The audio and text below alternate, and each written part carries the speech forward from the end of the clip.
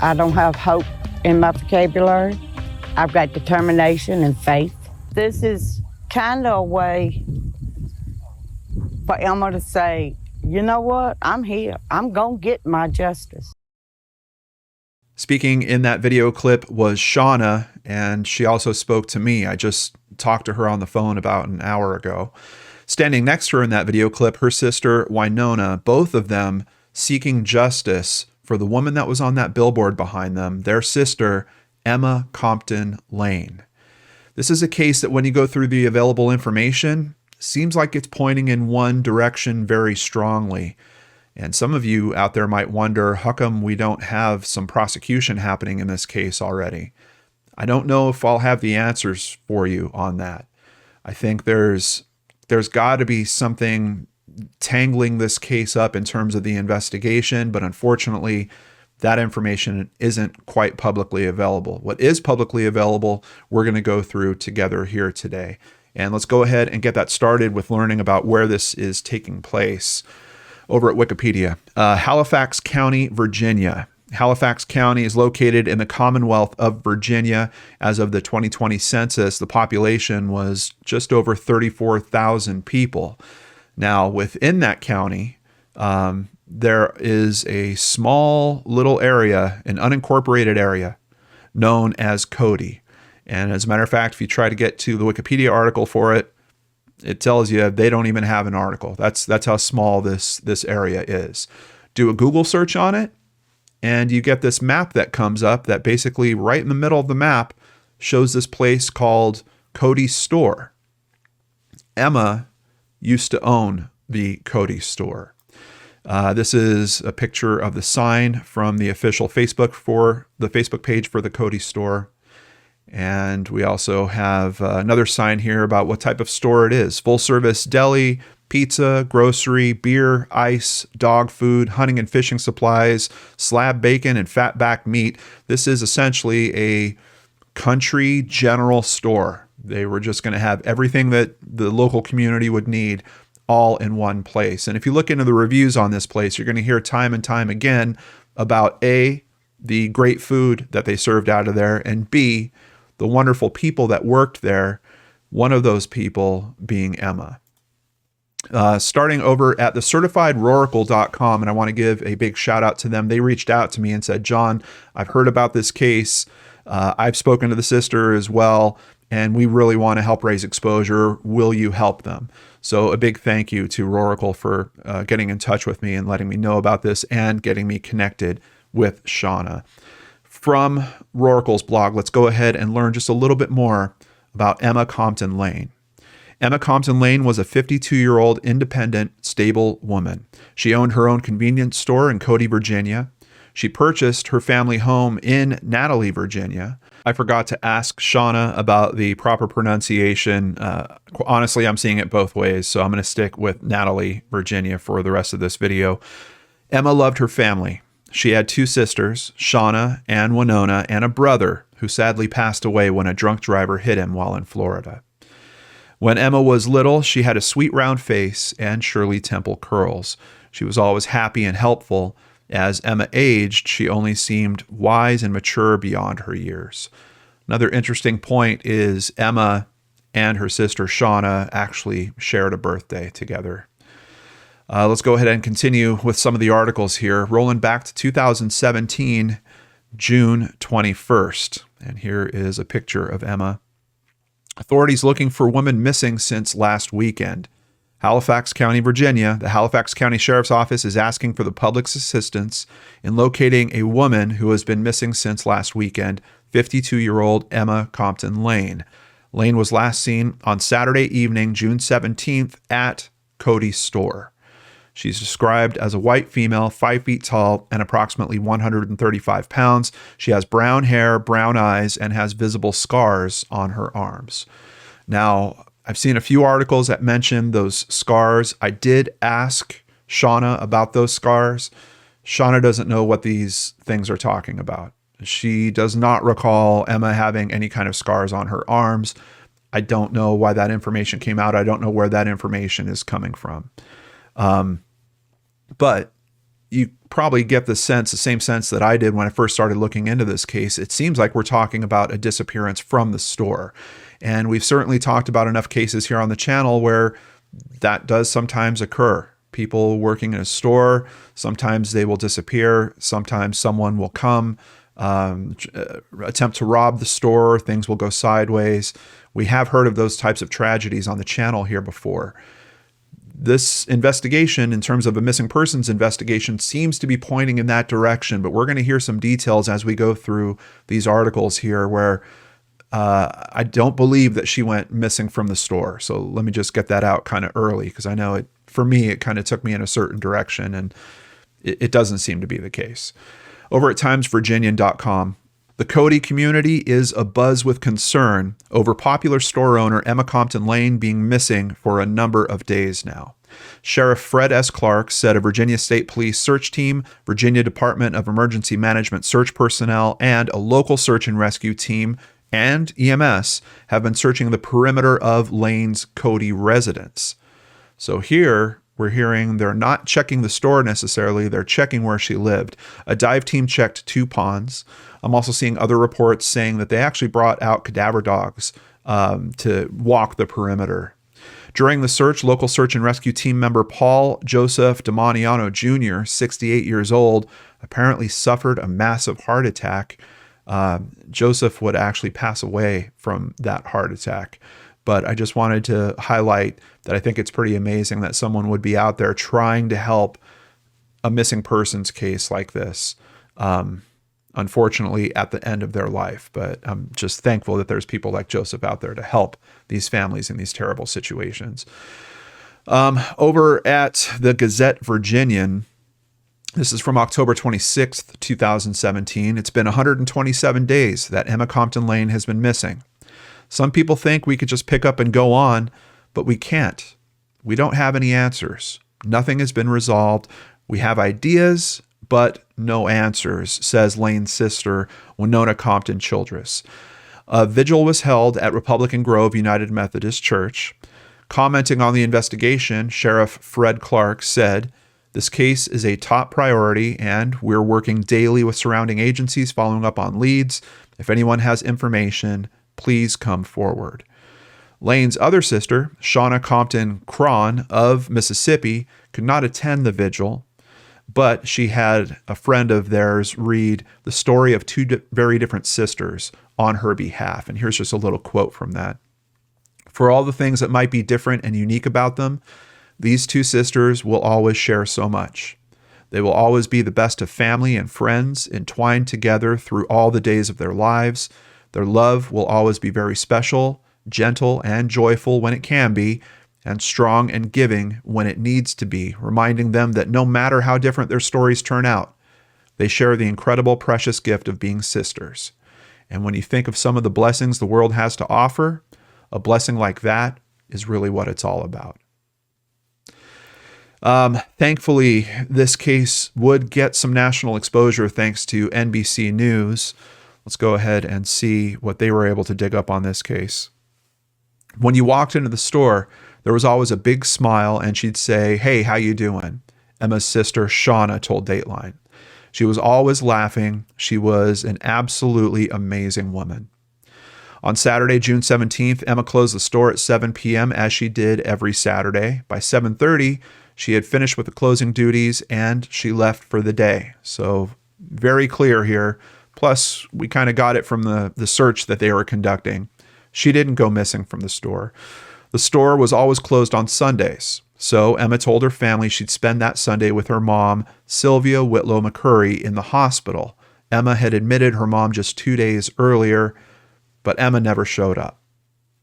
Now, there's a little bit of tough feelings, I believe, within the family regarding what happens on this particular weekend.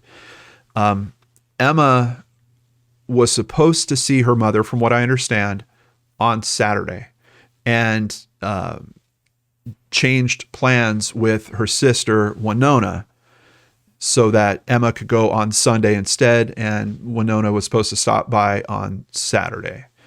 This seems to be a little bit of Winona wasn't really happy about the change in plans, effectively, is kind of what Shauna says. And I'm getting most of this from an interview she did on a podcast. We'll talk a little bit more about it later. I've got a link to it down below if you guys want to check it out. And you should, just as soon as we're done with today's video, if you want to learn more. It's a pretty detailed interview with Shauna about many different aspects here. So there's some tough feelings that happen around this kind of change that's going to happen in terms of scheduling on this weekend to go see their mother, who has been admitted to the hospital. So effectively, Emma never shows up. Her mother calls Shauna and says Emma was supposed to come by and she didn't show up. I don't know what's going on. Shauna reaches out to Winona and asks her to please go to Emma's house and check on her. Quote, "Everything was there," Shauna told Dateline. Emma's credit card, clothes, car keys, cell phone, her dog. Everything was in the basement except Emma. Her car also at her home. And I did wanted to clear it up with Shauna on the phone today. I'm like, was she known to drive that car to work, or would she get a ride, or would she walk? I wasn't sure like how close she would live to this. Shauna was very clear with me that she would drive that vehicle to work. So seeing that vehicle is now home, all of her stuff's at home. She does also have a cell phone. I'm kind of curious about that. I don't know if the investigation has, pulled those records to see where that phone traveled on that particular weekend. But another interesting point here, everything was in the basement except Emma. Some of you are probably thinking, basement, what's that about?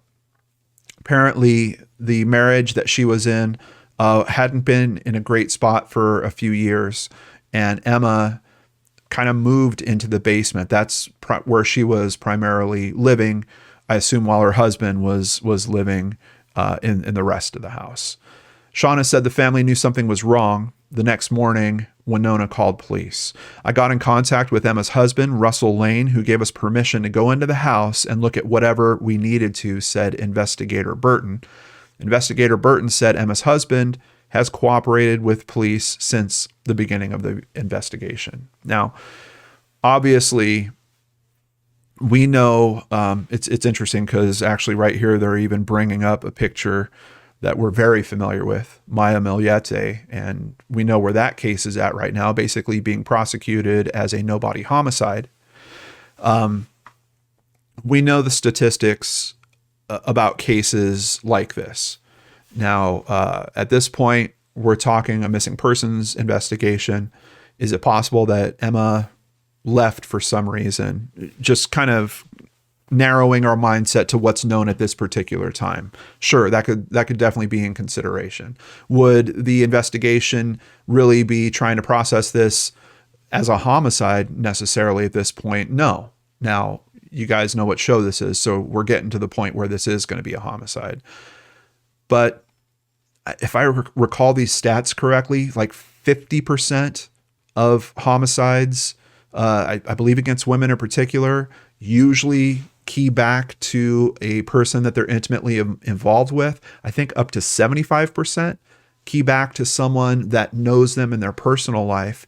And we're talking about an area between Cody, which I couldn't get any numbers on in terms of population, but Nathalie, I believe it's Nathalie, it's less than 200 people, I think, that live in that town. So we've got a very, very narrow kind of viewpoint about what could be really going on with this case. When we were talking about the possibility that she went missing from the store, sure. And you've got the possibility of, truck drivers coming through, people that are traveling coming through, all kinds of different variables there that could be responsible for what's going on here. The thing that's tough about this case in particular is everything is kind of pointing back to her home. Her stuff is all there. So if her stuff is all there and she isn't, and then you couple this up with, oh, by the way, she's living in the basement, I'm pretty sure just based on that kind of stuff, I know what you guys are thinking. But we're getting these messages from law enforcement here that are very clear. Investigator Burton saying that Emma's husband has cooperated with police since the beginning of the investigation. And there's a further quote here. I guess the husband is always a suspect to some extent, he told Dateline, adding they have conducted interviews with him several times since then, and he's not a person of interest in the case. So I don't know about you guys, but I'm kind of getting double messaging there. It seems like they're saying, no, he's cooperating with us. He's not a person of interest, but I guess the husband is always a suspect, and to some extent, with a case like this and the way these things, I mean, it's weird because you can't really lean on statistics 100% for a case like this, right? I mean, obviously you need the physical information, the social information. They need to be able to put a case together if that's really what has happened in this instance. And for some reason, here we are almost 5 years down the road, and that hasn't quite happened yet. Now, I do just want to throw out, we had an update a few weeks ago on the T.S. Thrasher case, kind of similar conditions, where if something did happen, it's something that happened within the four walls of a home. Only two people were there. And we know in TS's case, it took them 7 years, but they did finally file charges in that case as well. So is there something in the background that could be churning that might still click in on this case? That's kind of what I'm hoping for. But I think we need more than hope. We need to raise exposure and to ask people out there, if you have a piece of the puzzle, please pick up the phone. We have the contact information you need in the description box down below, and put that information into play so that these sisters can find justice for Emma. But let's continue here with the information from Dateline. Early in the investigation, Investigator Burton said there were questions as to whether Emma's disappearance had to do with drugs. But after 3 months of disproving those theories, no connections were found to be credible. I don't know Emma personally. I spoke to Shauna and I listened to the interview on the podcast. The podcast is called Mourning the Murdered. I'll have a link to it down below. And I'm kind of having trouble with this aspect of the story because Shauna is very honest about her own struggles with drug abuse and the fact that Emma kind of pushed away from her when she was going through that. So I don't know that there would be anything to that. And on top of that, we have the investigator here saying there's no connections that were found to be credible. Shauna traveled to Virginia to help her family look for Emma. Unfortunately, in the midst of one tragedy came another. On October 15th, about 4 months after Emma disappeared, their mom, Sylvia, passed away at the age of 89. Terrible to think of going through something like this, having this family going through this. And then on top of that, they lose their mother as well. Investigator Burton said that there are no suspects or persons of interest in the case. As a matter of fact, for the rest of these articles, guys, I'm going to tell you there's no persons of interest that really come up. There's a very tough consideration from the information that I'm seeing here, and that's we have her go missing from home. All her stuff is left at home. I mean, it's just the focus for me would certainly be there. On the flip side, something that I would expect that I'm not quite seeing as well, sure, they're saying that her husband, Russell Layne, is cooperating. Sure, they're saying that, well, the husband's always a suspect to some extent. I'm also not seeing information about any potential alibi, any kind of reason for them to not have him be considered a person of interest. I think just because of the nature of this case, he should at least be considered a person of interest. That's not to say that, he's necessarily responsible for what's going on here. I certainly don't have any information to come to that conclusion.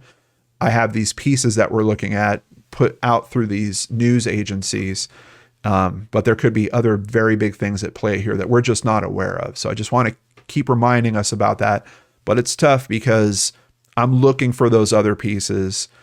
So far, we don't have this possibility that it was someone that stopped by the store. That's just not a possibility, at least from my perspective with the information that we've reviewed here. Seems like it's something at the home. Are there other people that interact at the home? Possibly. I don't know much about that. I know a little bit about Emma's background. She was married previously. She was widowed. Her husband passed away. I believe she met Russell around 2009. Russell has some children from previous relationships. I believe Emma helped in raising some of them or was around at the time that they were being raised as well.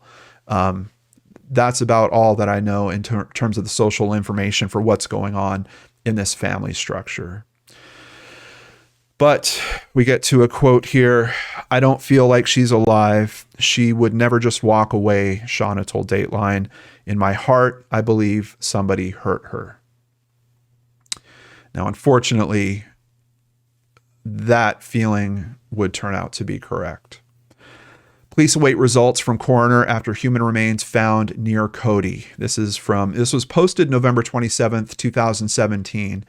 The discovery of the remains actually happened, I believe, on November 23rd, the Wednesday before Thanksgiving. Halifax County Sheriff Fred Clark said foul play is expected in the death. I think expected is the wrong word, and I saw people talking about this on Web Sleuths as well. Foul play is suspected in the death, but Clark declined to comment further. A member of a hunting party came across the remains in a heavily wooded area approximately 700 yards from Sandy Ridge Road at the 4000 block of the Northern Halifax County roadway. The location is a short distance from Cody's store. The retelling that Shauna gives on the podcast about this is, I believe the hunters were out there, their dogs go tearing off, they go to see what their dogs are tearing off towards, and that's where the remains are found.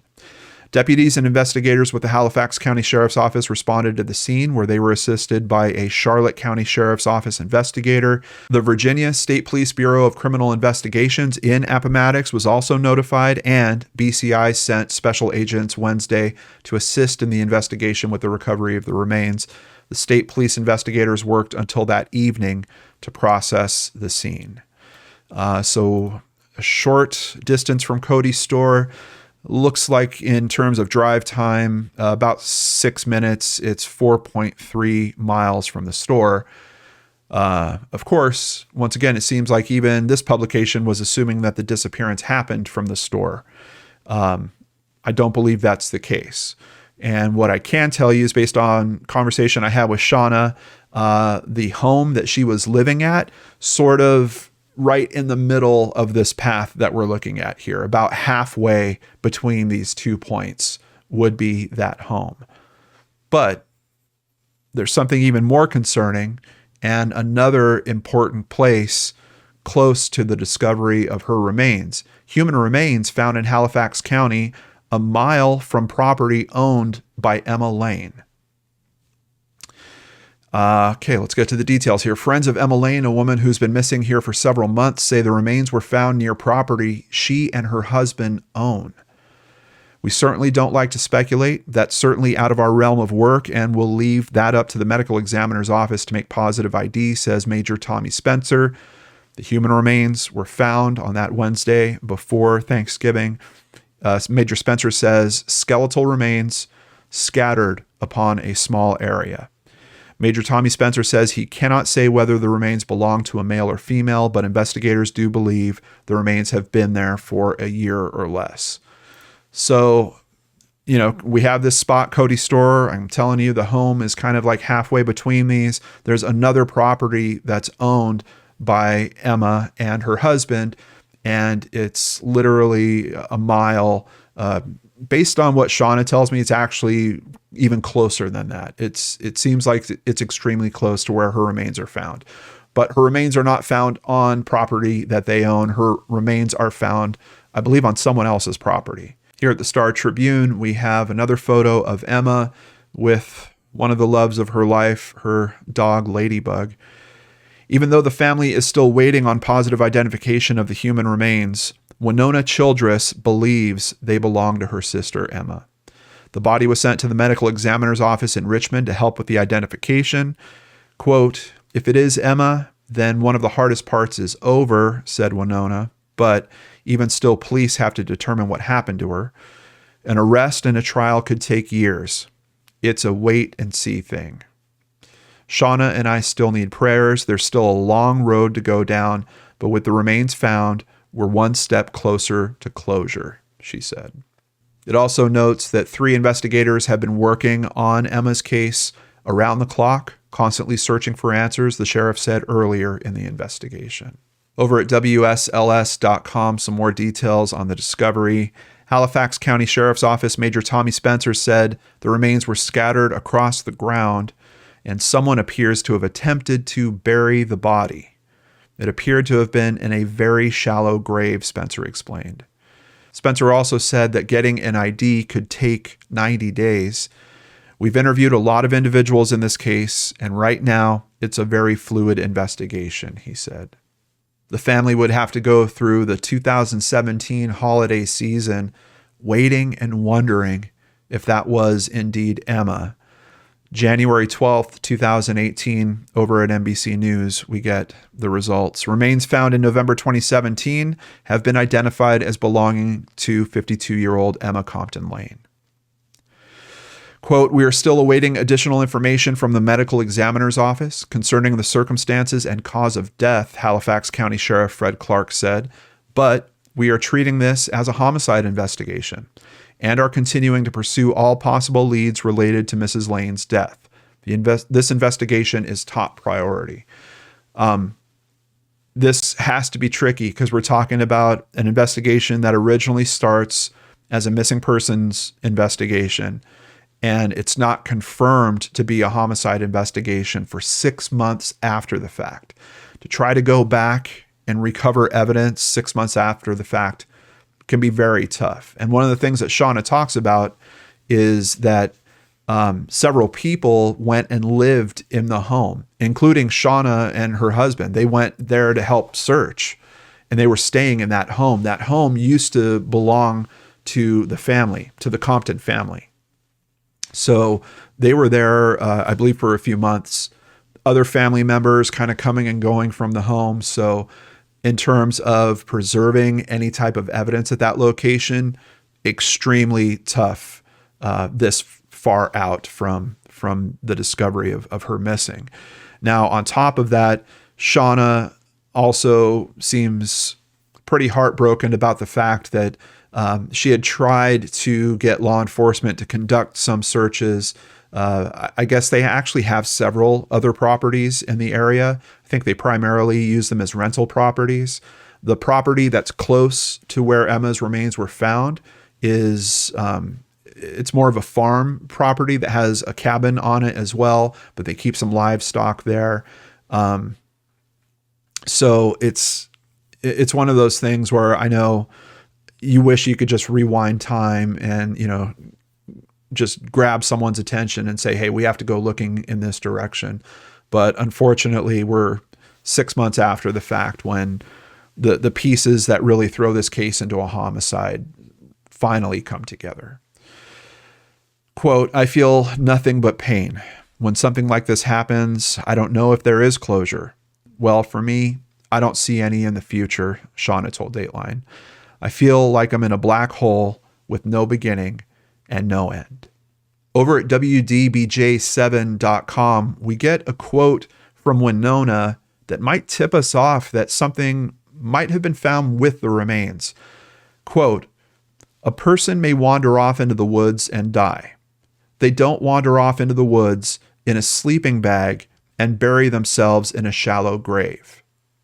So it seems like there might be another piece of physical evidence that might be helpful, because especially if we're talking about skeletonized remains, we know that forensics on that can be very, very tough. But now we've got an item. And is there some DNA that could be found off that item? I think that's probably an avenue of the investigation that is certainly being gone down. And sometimes those things take years as well.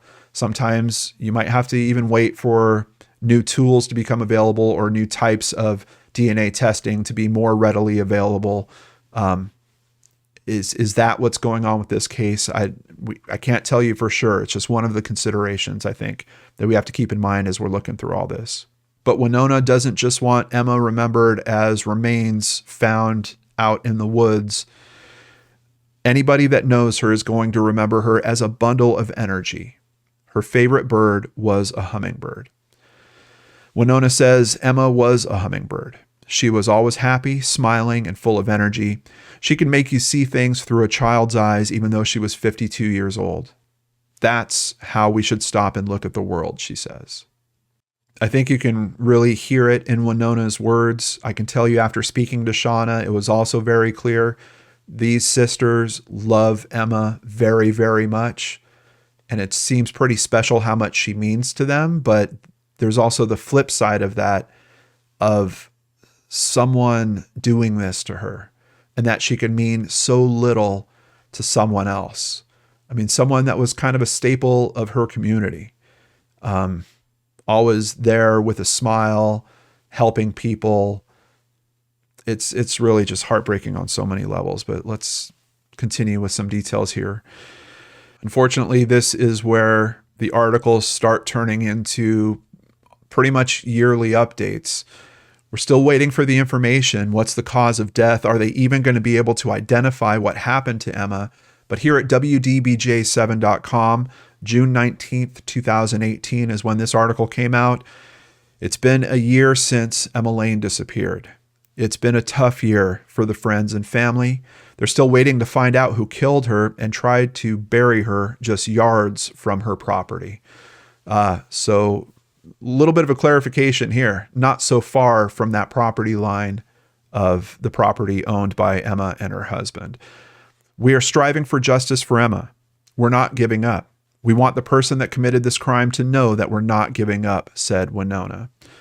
I would hate, really hate, for something like this to happen to someone else. Man, woman, or child, it doesn't matter. Every single life is important, and no one person has the right to decide whether that person gets to live or die. The Halifax County Sheriff's Office tells us they have investigators working on this case every single day. She makes a very good point. No one should have that right. Medical examiner. So we get to June 20th, the following year. We get to 2 years past when Emma disappeared. Medical examiner, neck injury caused death. The Office of the Chief Medical Examiner, Central District, this week released the cause of death for Emma Compton Layne, homicidal violence to include traumatic neck injury, and the manner is homicide. Now, we were talking about skeletal remains. We have talked about on the different shows on the channel here before the hyoid bone, basically a part of the neck. It's a small little bone that will frequently get fractured or broken if someone is strangled. I have to assume that it was that or something like that that helped tip off the medical examiner. But I'm also still throwing a question mark on that because of how long it takes for this announcement to come out. I don't know if they had to do some other type of analysis. Maybe it's not as simple as that. But that seems to also be the conclusion that Shauna came to based on the podcast interview that she did as well. We don't know for sure. Obviously, I don't have a copy of the autopsy report. To date, no one has been arrested and charged in connection with her death, but the Sheriff's Office and Commonwealth's Attorney, Tracy Martin, maintain that resolving this case is of utmost importance. She didn't deserve this, said her sister Shauna. I don't know how someone can sleep at night knowing what they did. If someone who was hungry came to Emma, she fed them. If someone came to Emma who needed gas but didn't have money, she would put gas in their car. For this person or persons to do that to her and then put her and leave her, and then she trails off. I even heard a story about someone came into the store that wanted a Diet Coke, and it looks like the store had a deal with Pepsi. If you look at pictures of the interior of the store, you'll see they had these giant Pepsi refrigeration displays.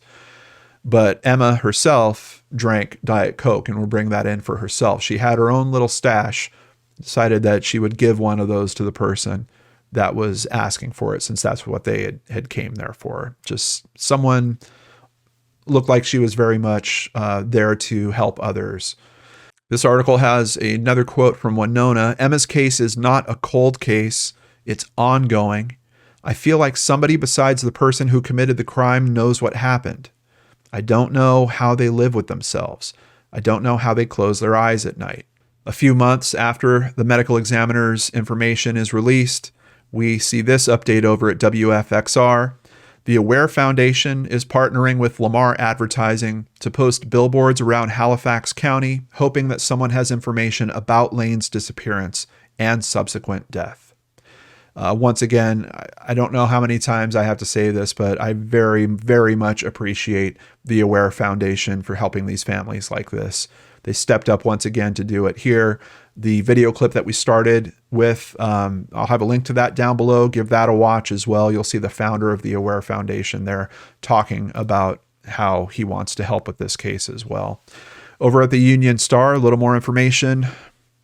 677 days have passed since 2 hunters found Emma Compton Layne's body in a shallow grave near Sandy Ridge Road. Emma may be gone, but her sisters and the community have not forgotten her. Sisters Shauna Cron and Winona Childress remember. They want someone else to remember too. Emma's face appears on a billboard on Route 501. Also on the billboard is the $10,000 reward the sisters are offering for information that leads to an arrest and conviction in Emma's murder case. Shauna said that she wanted to put Emma there so that her murderer and the ones that helped have to see her. If you have knowledge of who murdered Emma, please come forward. Don't hold on to it. Please come forward, Shauna asks. And unfortunately, like I talked about, the news cycle just is hitting the annual updates here. 3 years later, this one posted in June of 2020. Layne's sister, Shauna, decorated a tree that was planted 2 years ago in Layne's memory. So this year, to honor her, I was going to hang pictures of her, and I could hear her whispering, "You can hang my picture, but hang others." Hanging along photos of Layne are photos of other missing and unsolved cases in Halifax County, across Virginia, and all around the world. Remembering others, Shauna says, is how Layne would want it.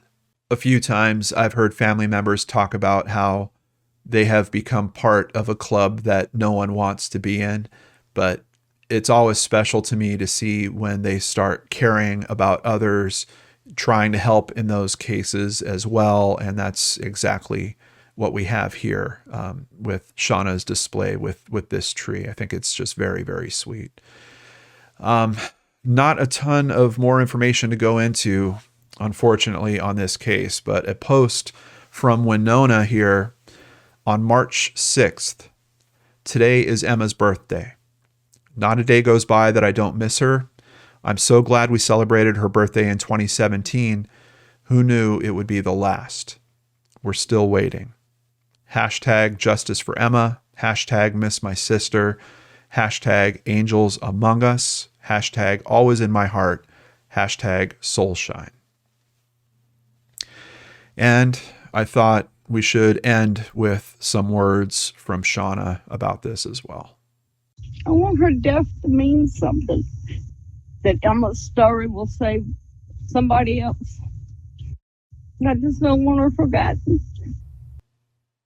Now, in both the blog by the Roarikle and the Mourning the Murdered podcast, there was a mention by Shauna of a lie detector test, a polygraph test that was given to Emma's husband, and that he failed that test. And then it was said that effectively he lawyered up and stopped cooperating with the authorities. I asked her about the source of that information. She told me that that was from posts that were happening within the family online. I couldn't find any information through official news sources to confirm any of that. Also, I'm not sure about any potential alibi. I mean, it could be that Emma's husband wasn't even in the area. From what I understand, he's a truck driver. So it could be that he wasn't even at the location that weekend. I don't know for sure. So I just want to put those questions out there because I know after going through these articles, it's looking a very specific way. But there's other things that could be at play here. And let's go ahead and jump over to one more article from some quotes from the Commonwealth's attorney, Tracy Martin. The death of Emma Layne was a tragic event for the Compton family and for the entire Halifax County community. Emma is neither lost nor forgotten. Resolving this case is a priority for my office and the investigating police agencies. My office is working closely with both police agencies and fulfilling our role advising and supporting their investigation. As much as I would like to share details of the case with the community, it is an active investigation. As a result, I am ethically prohibited from providing this information. So I don't know that we're going to get much more details. What I do hope is that someone out there might see this video that has some additional information and goes and picks up that phone, uses the number in the description box down below, and puts that information into play. Because with this many years having passed, I have to assume there's something in the investigation that's stuck. Shauna really couldn't give me any insight into that, but we just hope and we send all the best we can to the investigators. We hope they stay motivated on it and that they work past whatever this stopping point is. We know we've seen it happen in other cases. We're just waiting for it to happen here as well. Just a few more memories here. A quick note from Shauna. Shauna misses Layne's random calls to tell her a Laffy Taffy joke or a knock knock joke.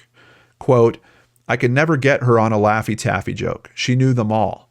And I gave her a knock knock joke book, and I think we went through the entire book. We rode back roads together and shared secrets. She held me together. Childress, Winona, misses spending all the holidays together and eating Layne's specialties, macaroni salad, potato salad, and green beans. The time we spent together was quality time, said Winona. To help remember their sister, both sisters share Layne's story on Facebook. There are several Facebook pages. I'll have links to all of them down below. Facebook.com/help find Emma Compton Layne. There is also Facebook.com/Emma will not be silenced with a bunch of numbers. So be sure to use the link down below. And Facebook.com/hear Emma roar, once again with a bunch of serialized numbers. So use the link down below. On top of that, the podcast I referred to several times, a big thank you to them for doing a very good interview with Shauna. Please give it a listen. The podcast is called Mourning the Murdered, and you can check it out using the link down below. Also, Web Sleuths has a pretty good thread going on this, 6 pages in total. A lot of people wondering about the possibility of the husband being involved in this. Just to be perfectly honest about what you're going to see over there. Will that conversation change at some point? I don't know. It's really a case where if law enforcement has information that kind of clears it up for him, or if he really did lawyer up, it might make sense for his attorney to do a little press release, send it out to the local press so they can kind of say, hey, husband of Emma Compton Layne says X, claims he wasn't here, whatever it is.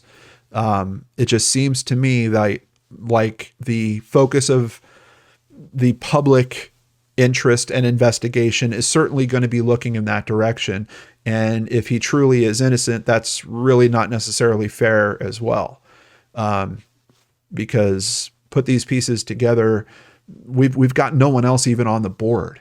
And we're talking about an area where there's not a lot of people in this area as it is. So it's one of those things where, if law enforcement does have some information that might help shift the focus of the public, that could really help them.